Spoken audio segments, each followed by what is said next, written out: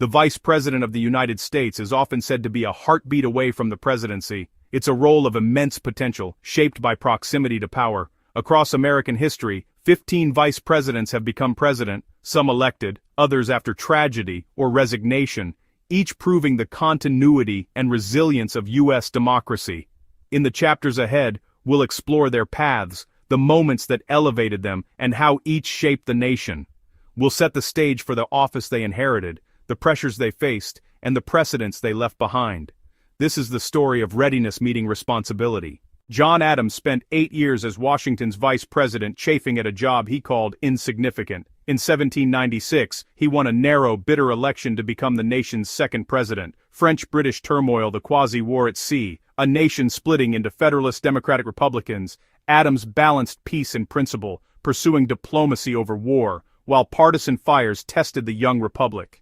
As John Adams's vice president, Thomas Jefferson became his sharpest rival, principles colliding in a young nation still finding its voice. The bruising election of 1800 ended in a peaceful transfer of power. Jefferson, as the third president, seized a continental moment.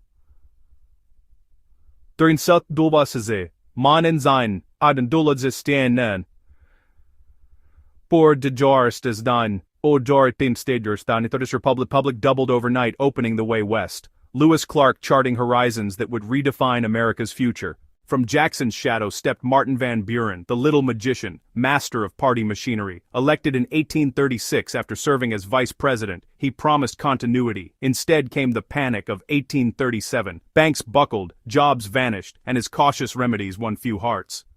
Savvy couldn't outrun the storm. In 1840, voters turned him out. When William Henry Harrison died in 1841, Vice President John Tyler faced a constitutional void. Refusing to be merely acting president, he took the oath and claimed full authority. Critics sneered his accidency, but Tyler held firm, setting the enduring precedent that the vice president becomes president, powers intact.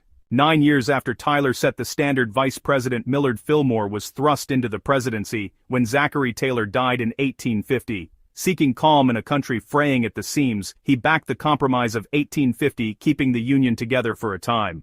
But its harsh Fugitive Slave Act, which he enforced, shadowed his tenure and scarred his legacy. In 1865, after Lincoln's assassination, Vice President Andrew Johnson became president. He pushed a lenient Reconstruction, clashing with Congress over civil rights for formerly enslaved people. Congress fought back, passing laws over his vetoes. The showdown peaked with his impeachment.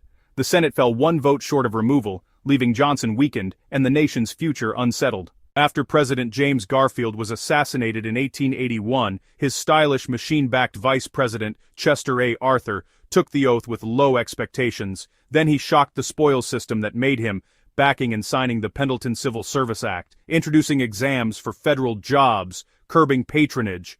The party boss became an unlikely reformer, and the bureaucracy began to professionalize. In 1901, after McKinley's assassination, his vigorous vice president strode into the presidency. At 42, Theodore Roosevelt became the youngest to hold the office, an engine of the progressive era. He swung at monopolies with trust-busting suits. He carved millions of acres into protected parks. He carved millions of acres into protected forests. He promised a square deal, fairness for workers, fairness for consumers, fairness for business alike. In 1923, after Harding's sudden death, Vice President Calvin Coolidge took the oath by lamplight. Silent Cal governed with restraint through the roaring 20s, cutting taxes, balancing budgets, keeping Washington small. He trusted markets to drive prosperity, declaring, "The chief business of the American people is business." Lauded for calm and thrift, faulted for inaction as bubbles swelled, Coolidge became the quiet face of a booming decade. April 1945, with World War II raging, Vice President Harry S. Truman is sworn in after FDR's death. Weeks later, he makes the fateful call, atomic bomb on Hiroshima and Nagasaki, to end the war. Then a new struggle. He draws the line against Soviet expansion, announcing the Truman Doctrine backing Europe's recovery with the Marshall Plan. Plain-spoken resolve, global stakes, the presidency, remade.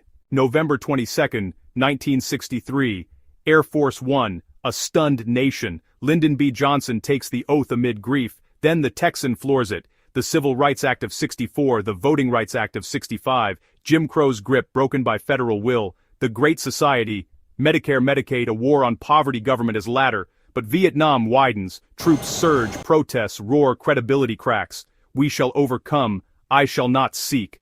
A presidency of towering gains, and a legacy forever divided. Eisenhower's vice president turned comeback kid, 1968, a law and order win. Abroad, the grand chessboard shifts, opens China with a handshake in 72, pursues détente salt with Moscow. But at home, Watergate spreads, break-in, cover-up, the tapes, a Saturday night massacre.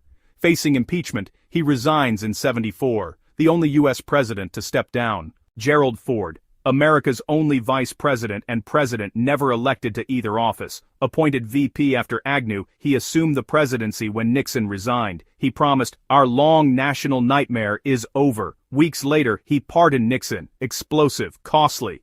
But he said it was to heal the country and move forward. An accidental steward, restoring calm while legitimacy remained in question. Reagan's vice president, George H.W. Bush, won in 1988 with a diplomat's caution and a pilot's steel. As the Cold War unraveled, he guided German reunification and a peaceful Soviet collapse with restraint. When Saddam seized Kuwait, he built a vast coalition and launched Desert Storm. Decisive, limited, international.